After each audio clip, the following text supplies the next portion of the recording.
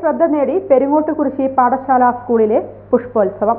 വ്യത്യസ്ത തരം പുഷ്പ അലങ്കാരങ്ങളും മോഡലുകളും നിറഞ്ഞ പുഷ്പോത്സവം സ്കൂളിലെ വിദ്യാർത്ഥികൾക്ക് നല്ലൊരു അനുഭവമായി മാറി.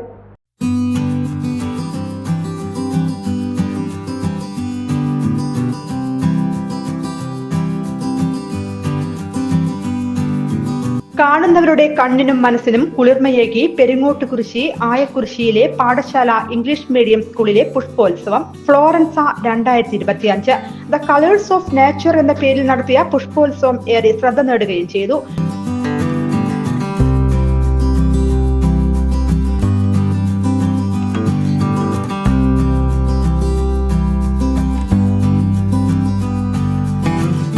ദൈനംദിന ജീവിതത്തിൽ നാം കണ്ടുവരുന്നതും അല്ലാത്തതുമായ പുഷ്പങ്ങളെ പരിചയപ്പെടുത്തുക എന്ന ലക്ഷ്യത്തോടെയാണ് പെരിങ്ങോട്ടുകുറിശിയായ കുറിശിയിലെ പാഠശാല ഇംഗ്ലീഷ് മീഡിയം സ്കൂളിൽ പുഷ്പോത്സവം ഫ്ലോറൻസ 2025 ദ കളേഴ്സ് ഓഫ് നേച്ചർ സംഘടിപ്പിച്ചത്.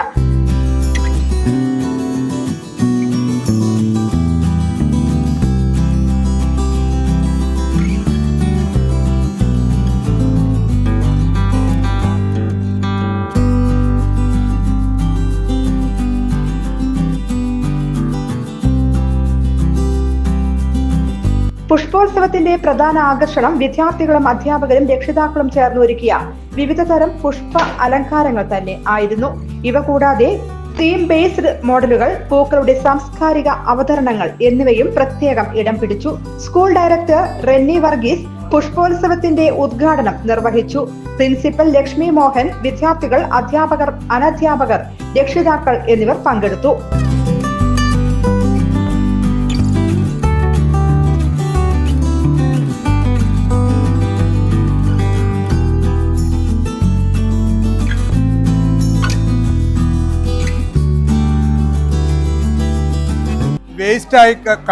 ആൾക്കാർ വേസ്റ്റായി കളയുന്ന പ്ലാസ്റ്റിക് കുപ്പികൾ, അതുപോലെ മറ്റ് കുപ്പികൾ, അതെല്ലാം ഇവർ പറക്കിക്കൊണ്ടുവന്ന് അതൊരു നല്ല ഭംഗിയാക്കി തീർത്തു.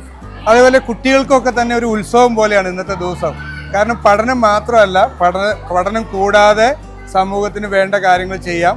വേസ്റ്റ് സാധനം കൊണ്ട് നല്ല സാധനങ്ങൾ ഉണ്ടാക്കാം, അത് വളരെ ഭംഗിയാക്കി തീർക്കാം എന്നുള്ളൊരു പഠനം കൂടി ഇതിലൂടെ നടക്കുകയാണ്. കാണുന്നത് ഏകദേശം 7000 ബോട്ടിൽസിലാണ് ഞങ്ങളിവിടെ ഫ്ലവേഴ്സ് എല്ലാം അറേഞ്ച് ചെയ്തിരിക്കുന്നത്. എല്ലാ ടൈപ്പ് ഓഫ് ഫ്ലവേഴ്സും, അതുപോലെ കാട്ടുപൂക്കൾക്ക് പോലും വാല്യൂ ഉണ്ട് എന്നൊരു കൺസെപ്റ്റും കൂടി ഞങ്ങൾ ഇതുവഴി ഈ ഒരു ഫ്ലവർ ഷോ വഴി ഞങ്ങൾ എല്ലാവർക്കും കൊടുക്കുന്നുണ്ട്. അപ്പം learning should be fun and it should be enjoyable for the students. ആ ഒരു കാര്യത്തിലേക്ക് ഞങ്ങൾക്ക് സക്സസ്ഫുൾ ആയി ഇതിനെ ചെയ്യാൻ കഴിയും.